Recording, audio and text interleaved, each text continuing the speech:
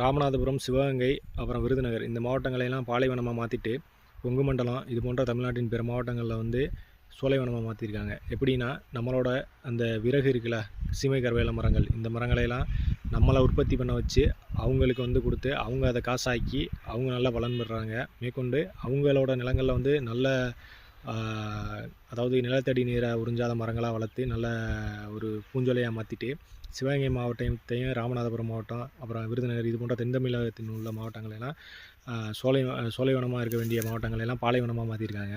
அது இத்தனை வருஷமாக ஆட்சியாளர் செய்த தப்பு.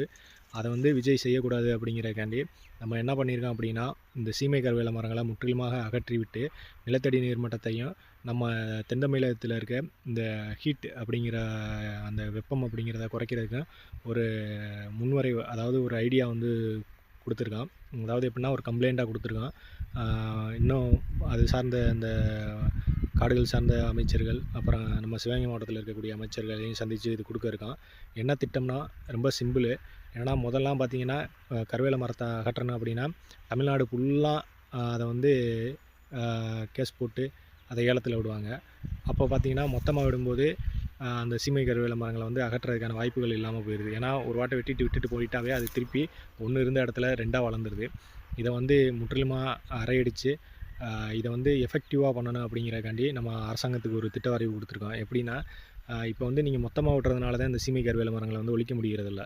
இதை வந்து உதாரணத்துக்கு ஒரு கிராம பஞ்சாயத்தை எடுத்துக்கிறங்க. அந்த கிராம பஞ்சாயத்தில் 10 ஊர்கள் இருக்குது அப்படின்னா வருஷத்துக்கு 2 ஊர் வீதம் 5 வருஷம் வச்சுக்கிறங்க. வருஷத்துக்கு 2 ஊருக்கு உள்ள 2 ஊரில் உள்ள இந்த சீமை கருவேல மரங்களை அரசு பொது நிலமாக இருக்கட்டும் இல்லை தனியார் நிலமாக இருக்கட்டும் எல்லாத்தையும் அந்த ஒரு வருஷத்துக்குள்ள அந்த அந்த ஊர்களில் உள்ள அந்த 2 ஊர்களில் உள்ள இதை அகற்றணும். அப்போ அதுக்கு வந்து ஏலம் விடணும். அரசு பொது நிலங்களில் இருக்கிறத ஏலம் விட்டணும். தனியார் நிலங்களில் இருக்கிறத தனியார் ஆட்கள் வந்து வெட்டி முடிக்கணும் அப்படிங்கிற ஒரு கடுமையான சட்டம் கொண்டு வாங்க. ரெண்டாவது வந்து என்னென்னா, நீங்கள் வெட்டிட்டு போயிட்டால் மட்டும் அது வந்து இதாகிடாது. அதோட தூர்க்கட்டை எல்லாமே பிடுங்குறதுக்கான ஆர்டரையும் சேர்த்து விடுங்க.